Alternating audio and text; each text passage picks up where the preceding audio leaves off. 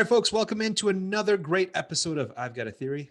I'm your host, Henish and I've got on Nick Troutman, World Champion Kayaker, on our call today. Welcome on, Nick. Well, thanks so much, Henish, for having me. So, Nick, let's get into it. So you're a World Champion Kayak professional. Yeah. Which is a unique sport, but everything is possible nowadays. And I'll admit, one of my most favorite things to do is sitting on an inner tube and floating down a river, real calm. Yeah. But right up there with it, I've done a fair amount of like whitewater rafting. And I've been in a kayak, but it's also been for like mellow things. But I've never done like whitewater kayaking. And I've seen videos. And man, speaking of balls, you guys got balls. I mean, I see the stuff that you do. You're underwater, you're banging off of rocks, and it's a sketchy sport. Tell me more about it, because obviously you're still alive and you're here talking to us, and it looks like both your arms and legs probably work and stuff. Yeah. But no, there's probably cohorts of yours that aren't as fortunate. I'm assuming there's a fair amount of injuries or accidents that can happen. So yeah, let's kind of dive into that. Tell me more about what you're up to, and then what your theory is. Yeah. So I guess first off, so I'm a professional whitewater kayaker, which has all sorts of cool facets about that. There's freestyle kayaks where we paddle these small boats and do flips and tricks and surf waves and stuff like that. And then there's creek boating where you're in longer boats and you're running waterfalls and running down, hard class 5 rapids, all sorts of different things, and pretty much anything in between. And yeah, I mean, like what you said, there's definitely there's no question that there is some danger involved, and accidents do happen. But in all honesty, I guess through my like almost 2 decades of paddling, I still consider kayaking one of the more safe sports out there. Like I ski and I snowboard and I mountain bike and I rock climb and pretty much anything, honestly, in the outdoors. I'm really big into just getting outdoors and going on adventures. But kayaking, for the most part, is pretty forgiving, where it looks scary, it's very intimidating, but for the most part, water is pretty soft and pretty gentle. Now, obviously, if you hit rocks, that's going to hurt. But when you're mountain biking and you fall, you always hit rocks. Where kayaking, like only sometimes you could hit a rock. And anyway, so for the most part, I think until you get there's a steep incline of how injuries occur in kayaking, but there's a vast majority of situations that are pretty forgiving, where other sports, I think, they have a wider range of injuries and kind of a stepping scale of how you can get hurt and stuff like that. But so in your off time, when you're not competing in things, do you take out tours or groups of beginners or rookies at all, or like kind of guide rivers? Not as much guiding, but I do some teaching and instructing, especially I teach up on the Ottawa River up in Canada every summer, a youth program called the Keener program. And essentially taking really enthusiastic and up and coming kids and teaching them more like next level things, like how to get even better, even though they're already really good and stuff like that. So less guiding, more kind of on the instruction side. But I kind of dabble in all sorts of different things. So I do maybe some guiding every now and then, and some teaching and some photography work, some video work, some competitions, a little bit of everything. Got it. So let's get to the root of your theory. So we're talking about fear and danger. So what tell me more. Yeah. So I guess what I wanted to talk about, or what my theory, I guess, is, and I'm not trying to say it's just mine, but is kind of just explaining the difference between fear and danger. I think a lot of people consider them similar, if not the same thing, or a lot of people have fears and automatically think because they're scared of something that it's dangerous. Yes. And that's not always the case. And so I guess the theory that I've got, it would be to analyze the situation and try to uncover whether or not your fears are legitimate and therefore dangerous, or whether or not they might just be something that's made up in the mind, and whether or not a situation truly is dangerous or not. And so if we're talking about kayaking, the way that we look at a rapid or assess a rapid or situation or waterfall, is you're going to look at the line. You're going to analyze first, are there any dangers? Are there things that I need to look out for, like maybe an undercut rock, or a tree or a log that's in the situation, or a shallow landing if it's a waterfall? Those could be things that could be dangerous. And if it's not dangerous, but it still looks scary, then you have to assess, like, okay, can I make that line? I see the line, that's the safe route. Can I make that? And then you try to assess, do I have the skills to make that line? And then if I've got the skills to make the line, I see the clean line, I've assessed whether there's actual danger, then what's left is just fear, which is what I consider like the demons in the mind, the negativity, the doubt. And so if that's all that's left, then you just have to overcome that and say, like, okay, this is just fear, this isn't danger. And realize that fear is something that is made up in the mind. Fear is something that we all experience. It's kind of an And emotional response to what you think could exactly. be dangerous.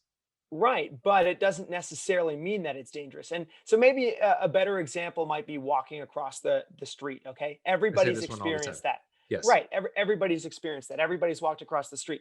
We unlikely do people have fear about walking across the street. Now, maybe some people do, but it's a very common thing that most people do, is they can walk across the street. Now, are there dangers about walking across the street? Of course, there's dangers. There could be cars, all sorts of different things could be zipping across the street, and that's why we look both ways. We assess the situation, and then we cross the road. So that And would be similarly, did you know, Nick, that the amount of pedestrian deaths on the street have vastly increased over the last 5, 10 years? really. Did you know Well, why? I would imagine because of texting and social media and that and phones. Yeah. Yeah, people are texting and walking across the street and getting smushed. Yeah, they're not looking. I mean, and that goes to the danger. So then we look at this situation that nobody has fear of, or very few people have fear of, because it's a very common occurrence, but it is dangerous. But Texting and we, walking is dangerous. Texting and or, walking is dangerous, and you should be fearful of that. or just walking across the street could be dangerous. But we assess that risk, and very clearly, just like wait for the car to go by and then go across the street, no problem. So it's kind of just realizing that there is danger everywhere, and you just assess how to deal with the danger. So walking across the street, you just look both ways. If there's no cars coming, you go across the street. You're pretty If good. there's Yeah. Yeah. if there's car coming, then you just wait for it to drive by, and then you cross the street. And that falls into why people are dying with texting and driving. They're obviously not looking both ways or whatever. Right. Um, Now, when you have fear, that's different, because fear you automatically think of as danger. You've got a fear of, I don't know, spiders. Okay, another Well, I mean, example. I'm by the ocean, so I know a lot of people have fear of the ocean. They're scared of Okay, sharks. They're scared okay. of things like that. Yeah, that's Let's use sharks. My wife is actually, I don't know if she'll hear this or not, but my wife is like deathly afraid of sharks. And yeah. so anytime we go to the ocean, she's always like, "Don't go past your knees or your waist. Like, there's sharks out there." And I'm like, "Em, I think it's gonna be okay." But so anybody out there that's afraid of sharks or shark attacks, or whatever, that's a fear, and that's something that essentially we've been taught from maybe watching movies or seeing, I don't know, images. Like, all these fears are essentially taught to us. We're not like born with a fear of sharks, because we didn't know what sharks were before we were born. You know what I mean? Like, it's not Sure. like you were born with this. It's something that you were taught. And it's it could be either a lack of, or an misinterpretation of knowledge or information that's been given to you. So you watch Jaws, and now you're afraid of sharks. You don't want to go in the ocean. What you're not realizing is, one, how big the ocean is, the number of sharks out there, and the likelihood of you getting, one, attacked by a shark, and two, getting killed by a shark, right? Like, the numbers are really small. And It's nominal. It's like 50 people a year get killed by a shark in the planet, right, and like 20 of them are on an island off of South Africa, right? It's like, right. so it's like 30 the rest of the world. Yeah, but to that point, no one seems to be scared of mosquitoes, and they're the number one killer of human beings. By like 10 million times type thing, for sure. Yeah, I and mean, no one's got any fear of mosquitoes. They're annoyed by a mosquito, but no one says, "Ah, this mosquito might kill me," which is much right, more probable than a shark killing you. right. So yeah, just it all comes down to assessing the situation, realizing and determining the difference between fear and danger, and then being aware and acknowledging that fear is in the mind. And then when you have fear, and once you sift down through it all and you realize, like, okay, this situation might not be dangerous, um, then you realize, okay, this is actually something that's made up in my mind. And therefore, I can overcome it because it's just something in the mind. I can just tell myself, like, okay, well, I'm gonna go swim in the ocean. And guess what? I'm not gonna get eaten by a shark. Yeah, it's kind of And, the, and the quote that feel the fear and do it anyway. But you got to right. admit there's some benefits from having that emotional response, right? There's some chemical releases, maybe you get a surge of adrenaline or some boost of something that gets you kind of heightened awareness and preparedness for your body to tackle what you're about to, which is kind of the feel the fear and do it anyways, right? If you're about to drop off of a big hill or a cliff in kayak, yeah, I think it's safe to say you should feel a little bit scared just to kind of be prepare yourself because you're going to do it. Right. You're going Right. to And, do it. and yeah, exactly what you're saying. Kind of like feel the fear and do it anyway. So if you're not, if you don't have fear at all, you may not have assessed the situation properly. You might not So be alive for the second time around because you should probably just be at least smart enough to mitigate your risk right. and say, okay, Right. I should be scared of situations. Let's make sure I understand what I'm getting into. Exactly, exactly. So I like how you're saying it. Feel the fear, do it anyway. Um, Use that fear to know, okay, I'm afraid of this, therefore it might be dangerous. So now let's assess, see if it is dangerous.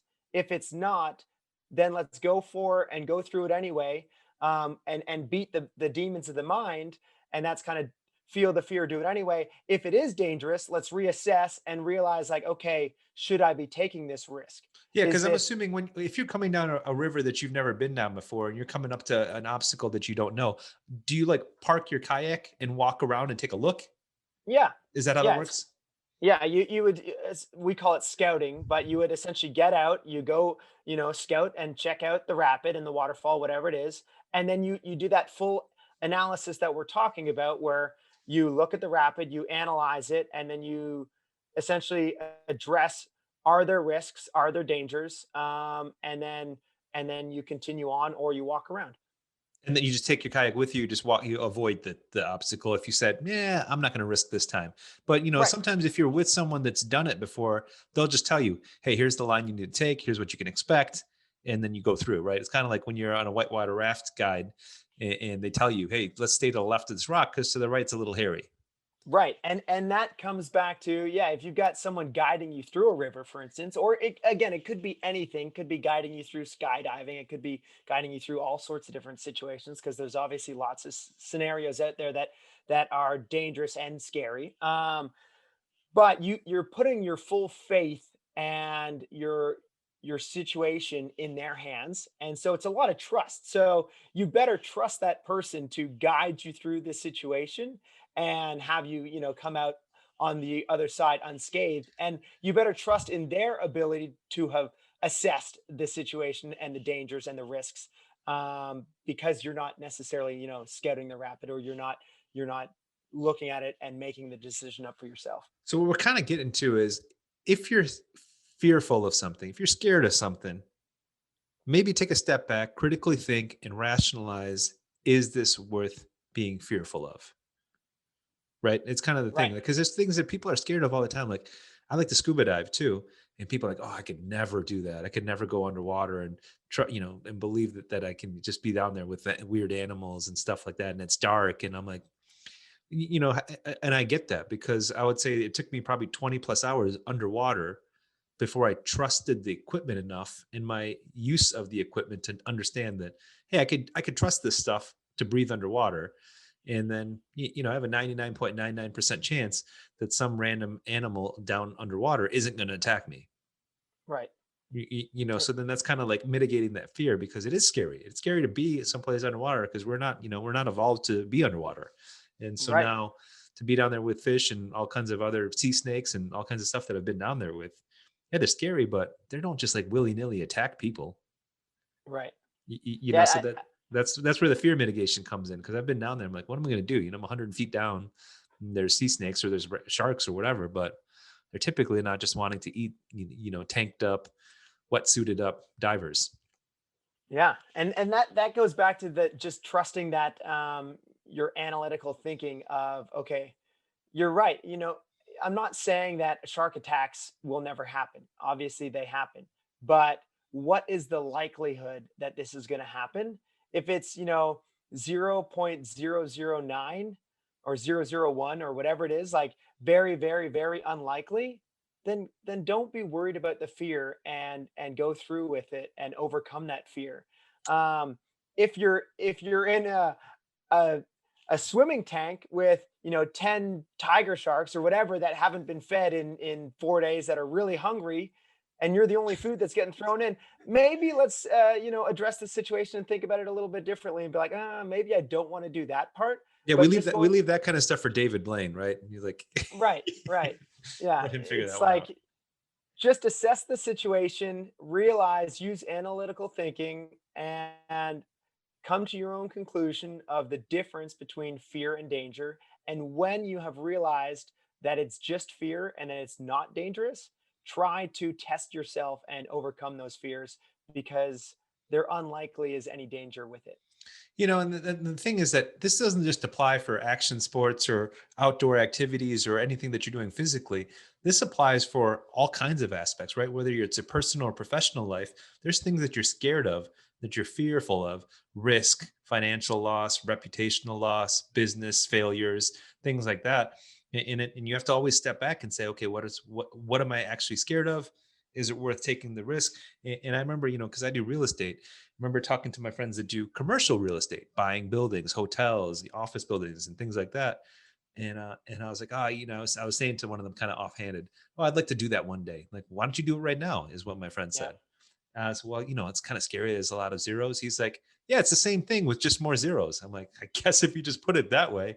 He's like, and if you know guys with zeros, then we'll help you with that. I'm like, okay. So now, like, he's reducing my fear of trying to invest in a $10 million hotel, which, I don't have $10 million, but it's a scary proposition to consider until you start doing it. Same with real estate. Like when you start doing real estate, and 500,000 a house, $1 million house, $2 million houses, those are scary numbers until you get comfortable with them, and then you start risk mitigating, and you do the right due diligence in it. So this isn't just for kayaking. This is kind of also like, there's fear for every aspect of your life, and now it's how can you critically think and assess whether this makes sense to be scared of it, be the appropriate amount of scared, do your diligence, and then go at it, do it anyways. Yeah, 100%. Yeah, so this is a yeah, it's a good lesson, because I think some people just think, oh, I'm scared of this. That's a dead stop. No, I'm Yeah. not taking any further action. That's it. No way, no how, never. Right? Which isn't necessarily the right attitude, because think about how much more people could accomplish if they did critically think about what they were afraid of, and said, am I being rational about this? Does it make sense for me to be scared of the ocean to the point where I'll never go into the ocean? You're right. Right.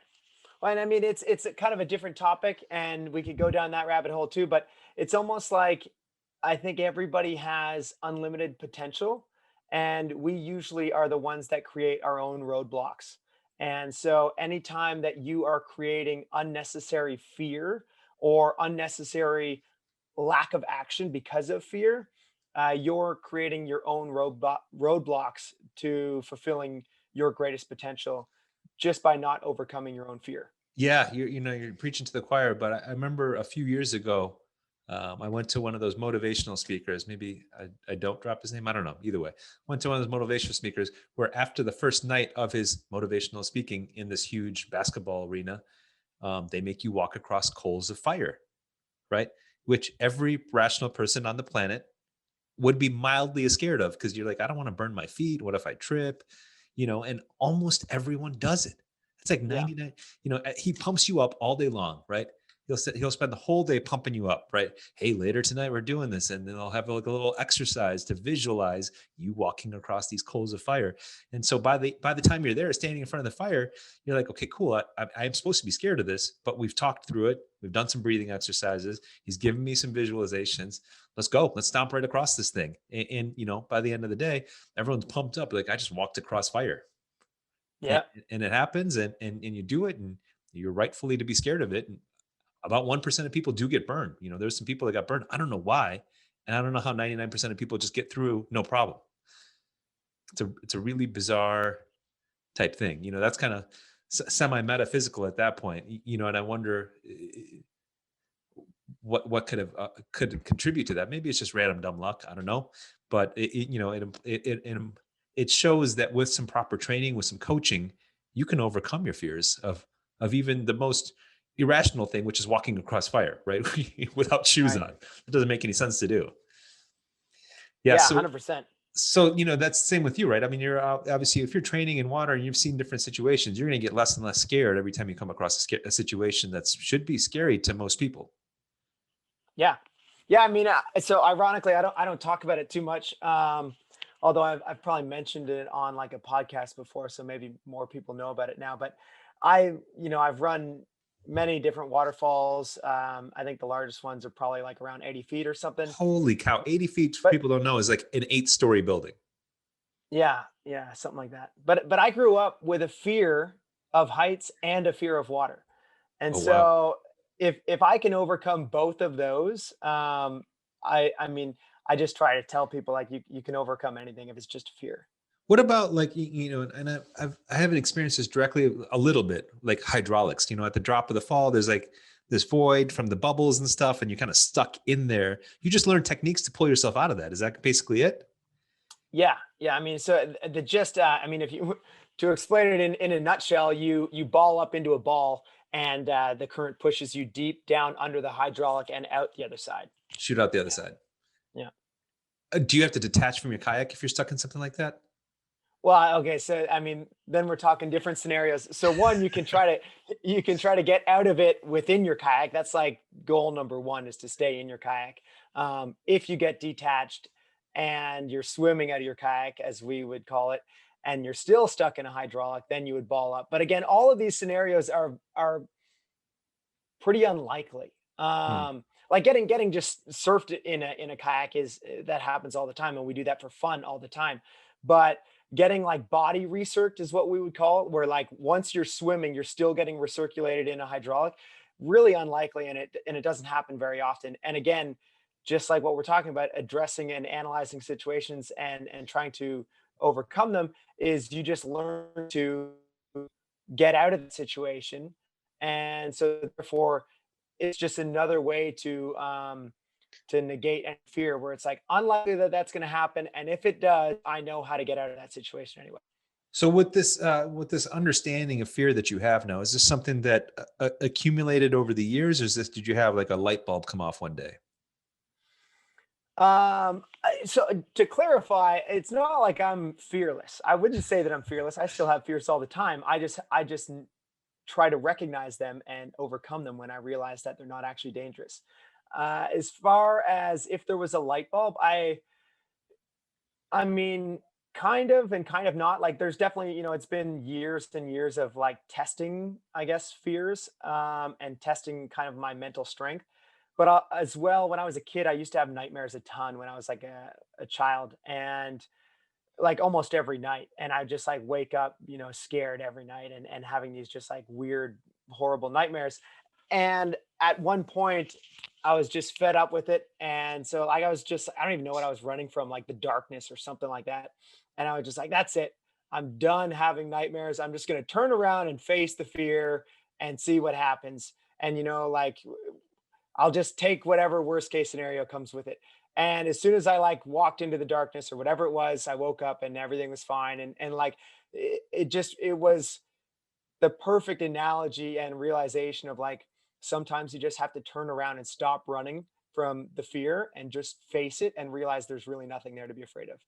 That's awesome. That's a great little story. I remember also having some nightmares when I was a kid, and I remember I want to say like maybe freshman or sophomore year, high school, like a psychology class that I took. The teacher taught us how to do lucid dreaming, Hmm. and it didn't take long. And it didn't take long. I want to say it took me like maybe a week or two of nominal practice, and next thing I know, I could be somewhat conscious during my dreams and somewhat controlling what was happening in my dreams. And that basically stopped my nightmares.